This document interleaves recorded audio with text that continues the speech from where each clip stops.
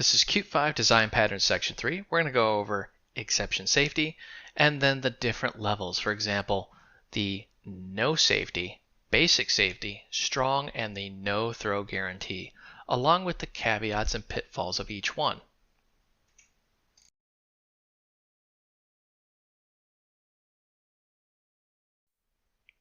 This section is going to be about exceptions. And let's take a look at this here. So we're going to say new console app, Qt 5 Design Patterns. This is 3.1. And I'm just going to paste this in here. So exception safety, and you can look that up on Wikipedia here. Basically, there's 4 types. There's no safety, basic, strong, and a no throw guarantee. And we're going to go over each one of these. This video focuses on no safety. This is where really bad things happen. This is where only the brave dare to fly. Let's put it that way. So this is where our program is probably going to crash. We're going to create all sorts of issues, and we really just don't care. We're just hacking out some code, trying to get it done as fast as possible. So we're going to say get int, and we're just going to make a couple little functions here, and we're going to say perfect code that never fails.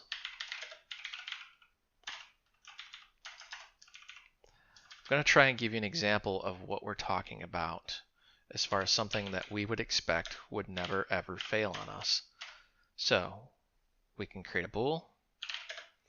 We're going to create an int called value equals, and we're going to say, let's actually say qstring data. So we're going to say data to int. Now, this is a little bit dangerous here because it could just, massively fail. What if it's like hello world instead of an actual number? So we're going to say, give it a reference to that bool. Now we need to see if it failed. Otherwise, we're going to return the value. Now, I say perfect code that never fails, but yes, bad things could happen because we're depending upon other people, aka the Qt developers, to not fail in this conversion function here. But the rest of this looks pretty safe. Now, this is not necessarily a no throw guarantee, although it's very close to it. We're going to live in the real world, and we're going to show an example of really what not to do, but you're going to see tons of it out there. So I'm going to say void user IO, and let's go ahead and I want to say Q text stream, and I should probably, put some includes in here. Probably be super helpful at this point. And then let's go ahead and go include. Why not? Let's use a Q list. And don't really need it, but just because I'm paranoid.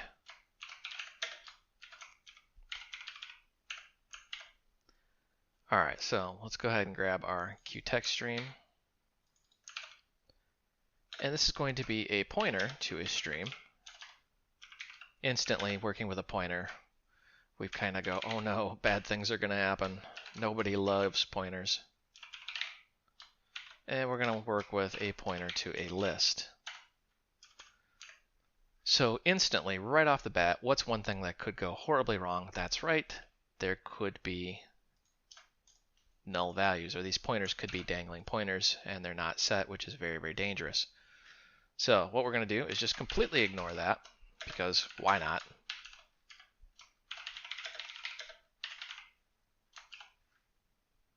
Let's make this a little more complex than I wanted to. Enter a number and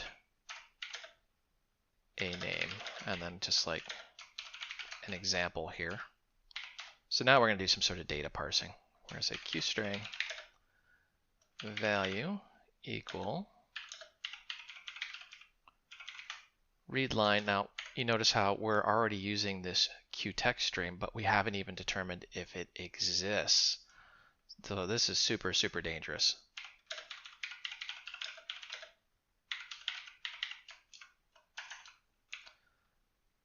So danger, danger, bad things could happen right there. And then Q string list items equal value, and we want to just split that.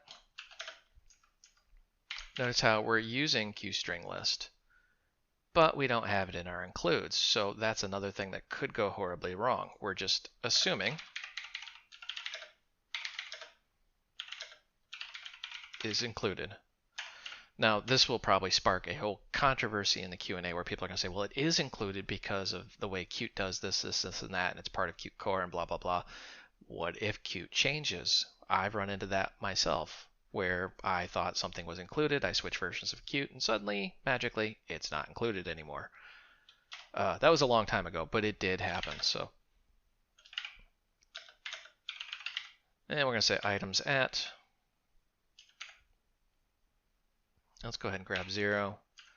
And we're just going to say toInt, and we're just going to assume this works.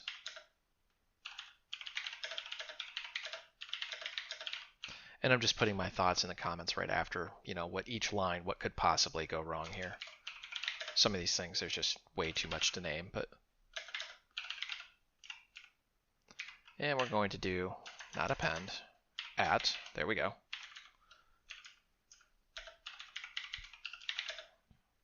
We're assuming this exists. It may not exist. There may not be an item at 1.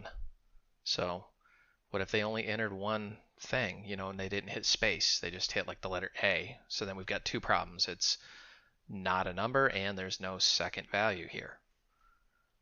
Then we're just going to say list dot insert, and we want the ID and the name.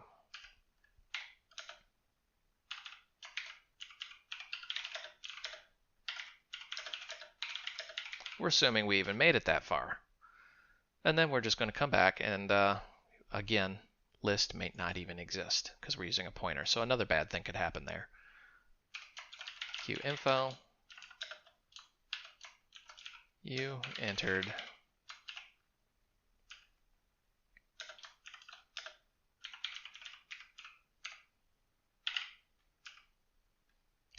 and then we were probably going to have, and I'm just going to, rather than type all that out, just paste in from my notes here. What's going on here? Well, what if we entered a number? So we've gotten all the way down to this point, but we're now saying list at whatever that number. What if we put in 257, but there's only one item in the list? Well, we're going to get an assert failure, the index out of range error. So that will be spectacular. And then we're going to just say user IO, and then stream list.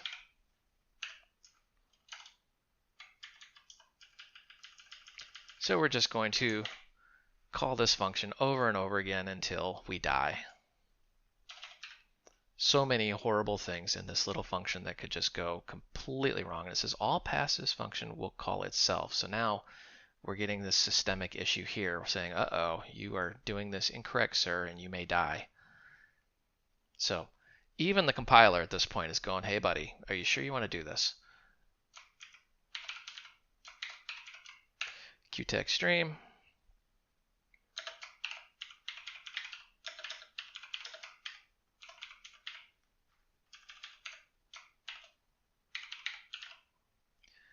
And we're going to just read that.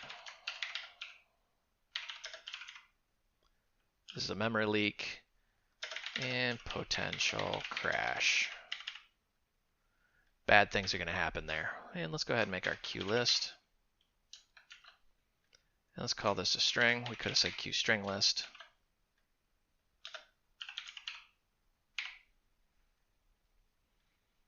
Now we're just going to call this user IO. And we're going to say stream and list.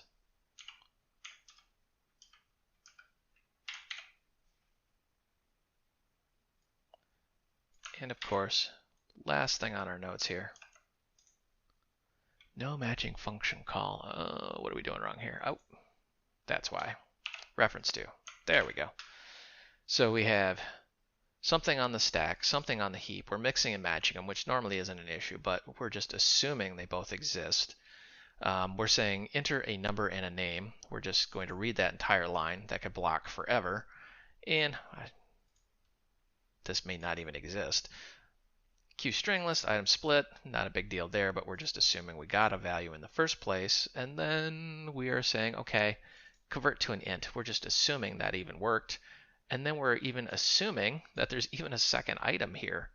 And then on and on. I mean, just a whole bunch of disasters that could just completely destroy us here. But, save run. Does it work? Oh, it did not. You're saying, I know what the problem is. It's that index out of range. So let's say I came in and said 0, Brian. Now it magically works. 1, Tammy. Magically works. 2, dog. Magically works. 3, cat. But what if I do 54?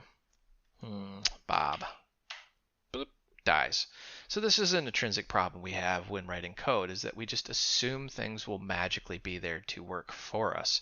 And then we are shocked to find out something bad happened.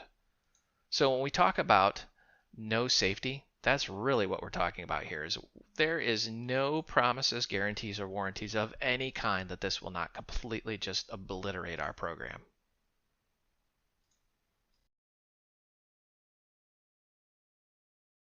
So we're going to talk about basic safety here. So we're literally going to take the last example, 3.1, going to just grab this, copy, close all projects and editors, add new, and let's go with Qt 5 design patterns 3-2, and we're going to add in some basic safety here.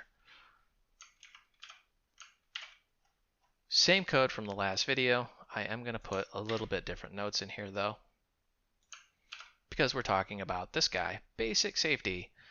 Basic safety guarantee is the weakest of the three. However, it might be the best choice when a strong guarantee is too expensive in memory consumption. Now, notice what we're talking about here is a trade-off. The more we guarantee, the more resources we're going to use. So like a no-throw guarantee may be so expensive that depending on your algorithm, it brings your machine to its knees and it's just impossible to guarantee. Or the code is just so complex. So we're going to look at basic here. We are going to get rid of this little guy. And we're going to focus on user I/O. Now we've got all these little issues, these little gremlins that could come back and bite us. And we're going to fix most, but not all of these. So for example, first thing right off the bat, we're working with pointers. So we need to say, So if there's no stream, we want to do something. But we don't want to silently fail, so let's go ahead and say Q warning.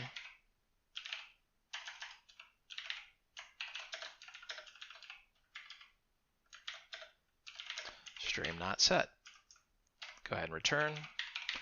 So we fixed one minor thing that could come out and haunt us, but now we've got this other one. What if this list doesn't exist?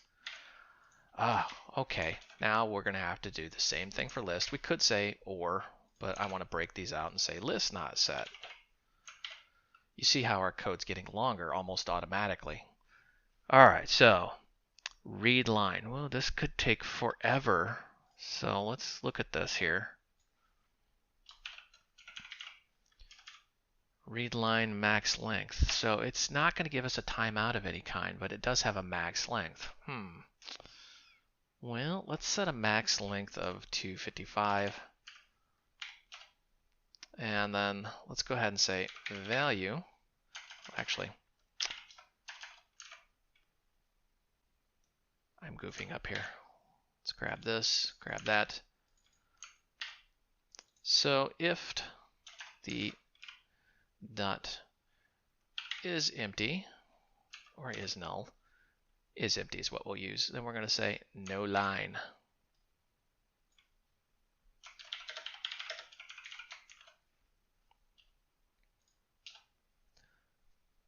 So this is going to sit here forever until a line is read. Or until it hits 255 characters. So if somebody just like holds down the button on the keyboard, it's not going to sit there for 30 years until it eventually does a buffer overflow and your machine explodes. And I think QString has that built in where it will actually stop it at some point, but your program will just die. Okay, now we're saying split. So if we've gotten this far, we know we have a value, we know we have a stream and a list, and we can get at least to here. But now we want these two little guys. So let's, of course, do our friend the if statement here. And we'll say if items.length is less than 2, then not enough items.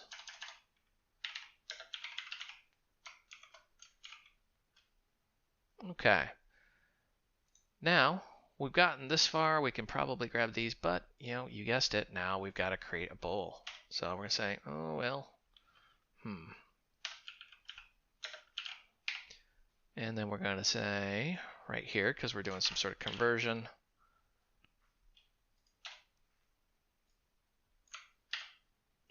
our buddy, the if statement,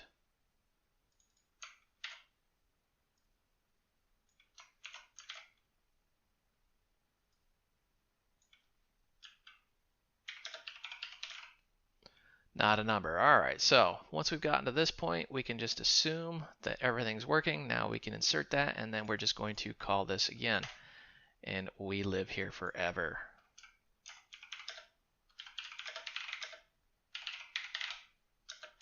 Or until the user breaks it. Let's demonstrate this. Save run. All right, so right off the bat, I'm going to say 1, Brian. And we didn't fix it. We're still having assertion errors. Why? You guessed it, because of the positioning. Right here, bang. So let's go ahead and say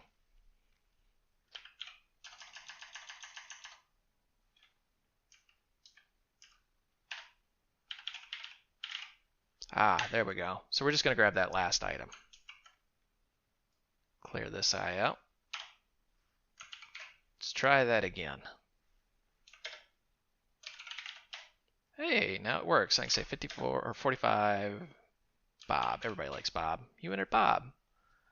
Okay, now let's enter some gobbledygook like this. Not a number. Hey, so now it's not crashing. But you notice how our program has now exited out of this recursion loop. So we still have some issues, and we could actually resolve this if we wanted to by, putting it back in here or making it jump down to here, however we wanted to do it. But really what we're underscoring is that we have some basic safety. It's not perfect. It's very basic, very rudimentary. Really, we're just doing some sanity checks here to make sure this data is exactly, these variables and data are exactly what we're expecting them to be. So it's not perfect, but it is worlds better than no safety.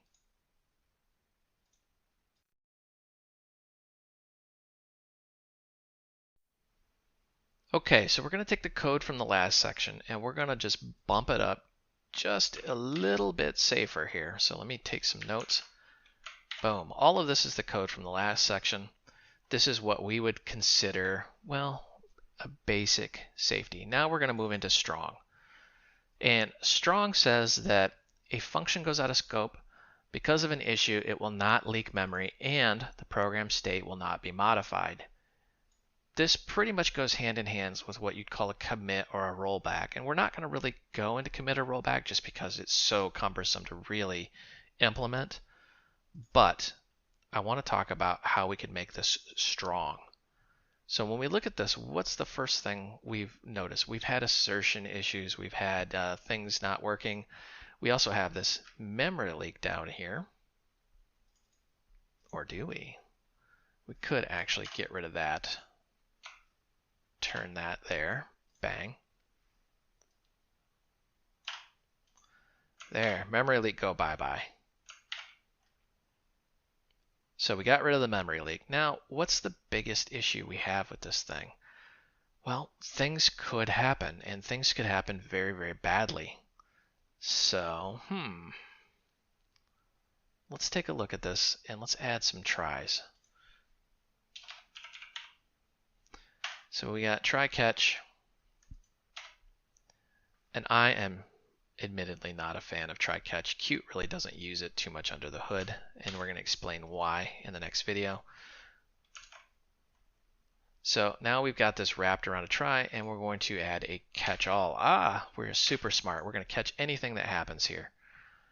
Now, the problem comes in right off the bat. If we go back up and look at the definition of this.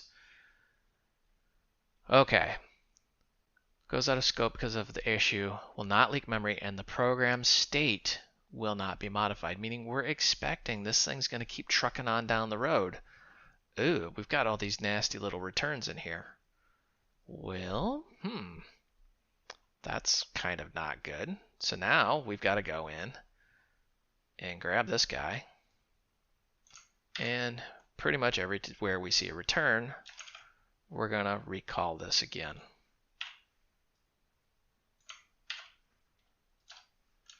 Notice how this code is getting horribly, horribly complex, hard to follow, hard to track. I literally just wrote this, and I'm even sitting here going, no, wait a minute, what's going on here?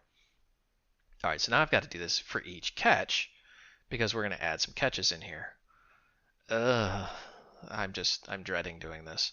So everything in my being is saying, do not do this, but we're going to do it anyway. So we're going to say catch. Thank you for helping me there, editor. I appreciate you. So catch, and we're going to say const, and we want to do an STD out of range. Yes, we are so smart here. And we're going to catch that assertion error where it's out of range. Grab this little guy, put him up here, and then of course we want to know something actually happened, right? So,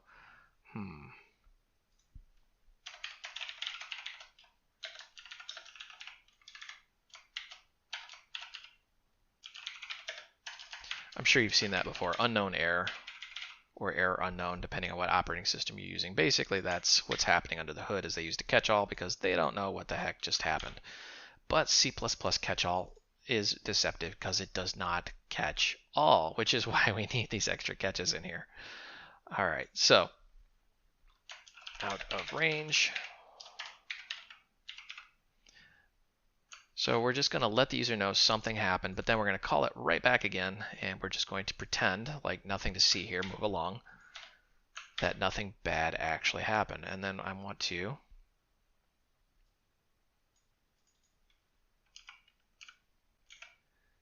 grab that little guy, and let's just do, not really sure what to put here. Let's just go error followed by what, so we know what actually happened. And I may actually put this up here as well.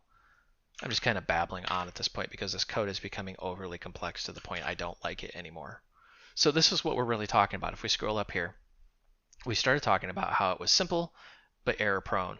We added a little bit of safety, but now we're increasing the complexity, and now we're adding a lot more safety and really increasing the complexity of this thing. So our little tiny algorithm is now massive, but we still have this all paths function thing, which we're going to fix in the next video. So just note we're increasing this. Now really if you want to do the letter of the law, like if this is written in stone, really we should try to implement some sort of commit or rollback, meaning we get to this point, where are we? We get to this point and we make a decision. Do we want to commit this? At this point, committing would be inserting into our list, or do we want to stop and roll back? And it's actually somewhat simple to do. We could say something like, if we haven't gotten any errors, we could get into it, but let's just say if, and I'm going to say list.length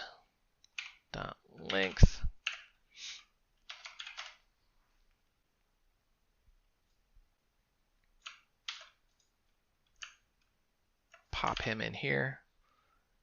And then I'm going to switch this back to @ID just so we can see what we're talking about here.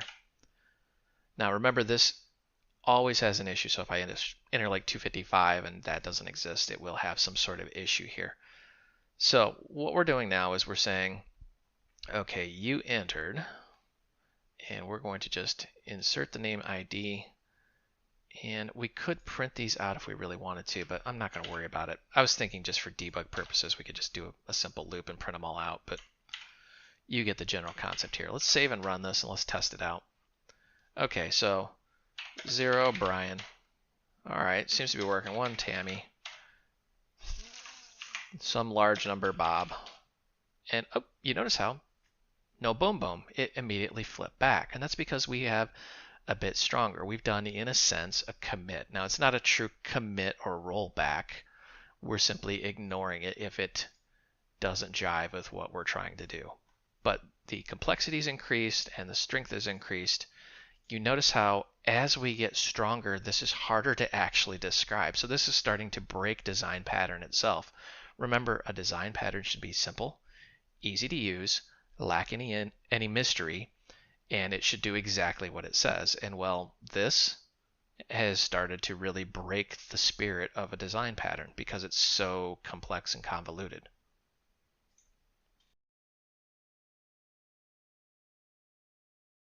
Okay, we're going to take the code from the last few videos and completely redo it. We're going to fix it. So we're going to paste in some nodes. And what we're going to work on is the no throw guarantee. Basically, we're going to do this very similar to how Qt does it. You notice a lot of Qt, if you look at their source code, does not use try catch, and they will return a bool. So let's look at how and why. And this gets a little cumbersome, and you got to kind of read through this, but basically you have to play detective and you have to outthink every single possible scenario. What if memory is going bad? What if we're out of memory? What if they enter some large string? I mean, all these possible things. So first things first, I absolutely hate this function. We're going to just destroy it, and we're going to say, I want to return a bool. We're going to change those from pointers to references, and notice instantly it starts complaining, saying, hey, wait, whoa, what are you doing? And I'm going to grab this little guy.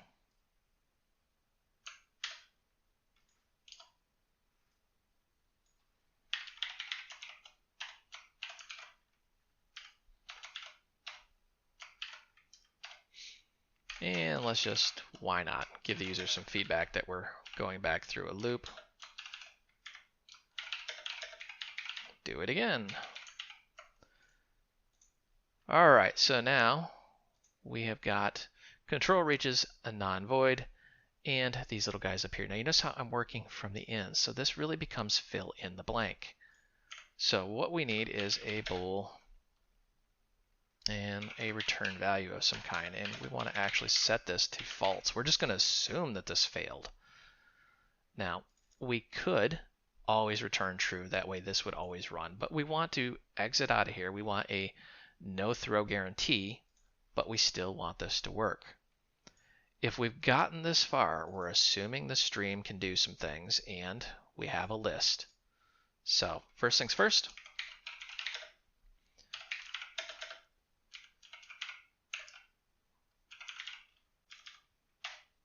and I'm going to max that out at 255.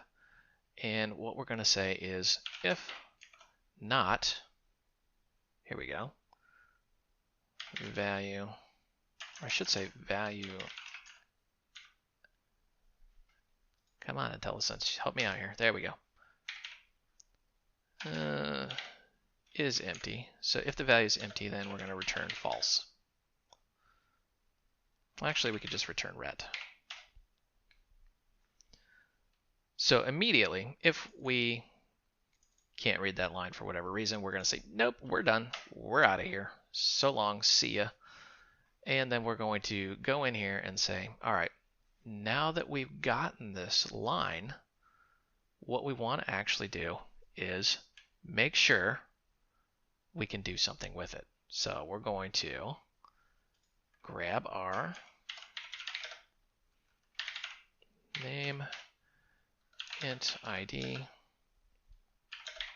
We're going to set that as a default value, and we could set that as a default.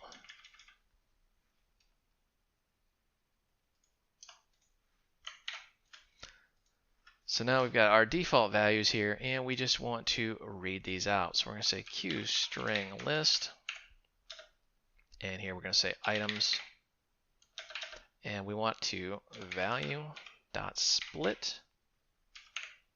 and we're going to split on the space. Now we want to do some checking here. We're going to say if items length is less than 2,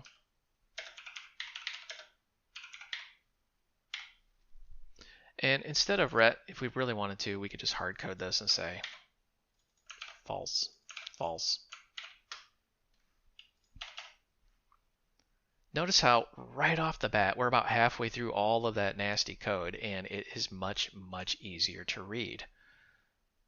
Simpler is always better. I hate to say that, but it is very, very true. So let's go ahead and say name equals, and we want to go items at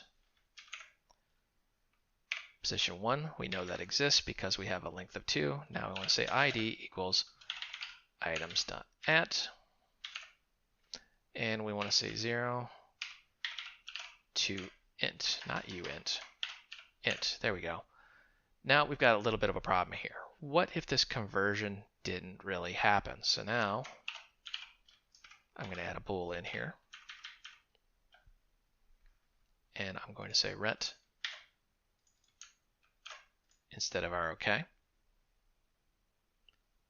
And we could, if we wanted to make this a little simpler, move it down here so it's a little more readable and we know what we've got going on. We could actually move it here.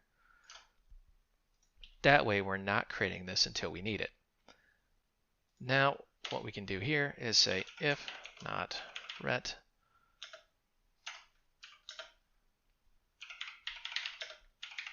turn false. Now some people aren't going to like the word ret, so we can actually change this to OK. And I'm just showing you how things get simpler and simpler as we go. Much easier to read. Variables should be pretty easy to understand what's going on there. So if we've gotten to this point, it's a fairly good guess that we could actually append to this list here. So we're going to say, all right, list.append, and let's go ahead and add in the name,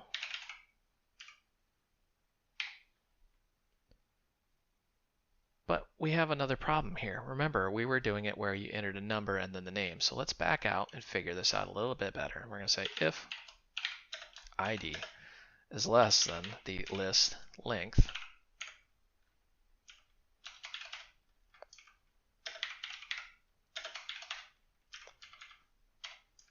I want you on a separate line. There we go.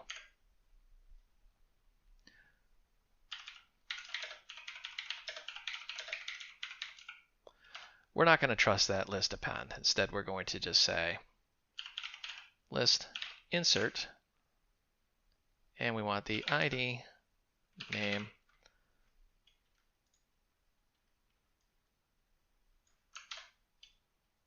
I'm going to get rid of that comment. That way I don't confuse people.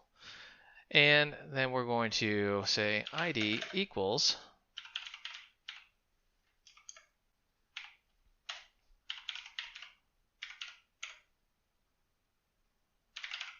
so what are we really doing here? We're saying, okay, if the number they gave us makes sense, then go ahead and insert at that number. If the number doesn't make sense, get the last number here. Now this is zero base, so we may have some issues we have to clean up later, but the point I'm making here is we're not crashing the program. We could just say, you know what, I'm not going to live with any of that. I'm going to just force them that if they do this, we're just going to append the name and the ID actually equals the length. So it really didn't matter what number they gave us. we're just doing that. And we could do a map or whatever you want to do. Point I'm making here through a very convoluted example is that trusting the user to tell us where to put something could make bad things happen very quickly. So multiple ways we could do that, but really we're going to stick with this way. If the ID is less than the list, then go ahead and insert it where they told us to. Otherwise, flip these around here. We're going to go ahead and append, and then we're going to say, hey, give me the ID, the index of the last item there. That way we can pretty much, beyond a shadow of a doubt, understand that's going to work. From there, we can say, if we've gotten to this point, return true. All right, so much simpler, fits on an entire screen, and we could actually get rid of a lot of this white space if we really wanted to. We could, if we really felt like it, put a catch-all in here, but it's probably not going to help us at that point. If we got to rely on a catch-all for this code, then something bigger is happening, like we've got some sort of bad memory or something like that. So the biggest stumbling block in this code is going to be this little chunk here, which is why I was kind of micro-focused on it for a few seconds. And it's because you really need to make a decision on how you want to handle that user input. And it may vary based on your situation of what you want to do. This may not be the desired effect. You may want to say that if that position doesn't exist, then you just notify the user and say, hey, doesn't work that way, sorry. All right, so from here, I'm just going to notify them we did something. And we're going to just spit out the ID, and then that, and the name. We have that recursion under control, we've got the pointers under control, and this thing is about as solid as we're going to get it. Looking at it, there's about a dozen other things that really come to mind, but I think we'll be here for another 3 hours talking about them. Let's just run this, and let's go. And 5, y. Notice how I put it at 2, so we know that's working. But what if we just say A and B? Oop. Does it still work? No, it does not. So we screwed that up again. Why? Because we exited out. Remember, we're saying while this is true because we're returning a bool. So we need to let them know. Complete. And we could actually say, let's grab this.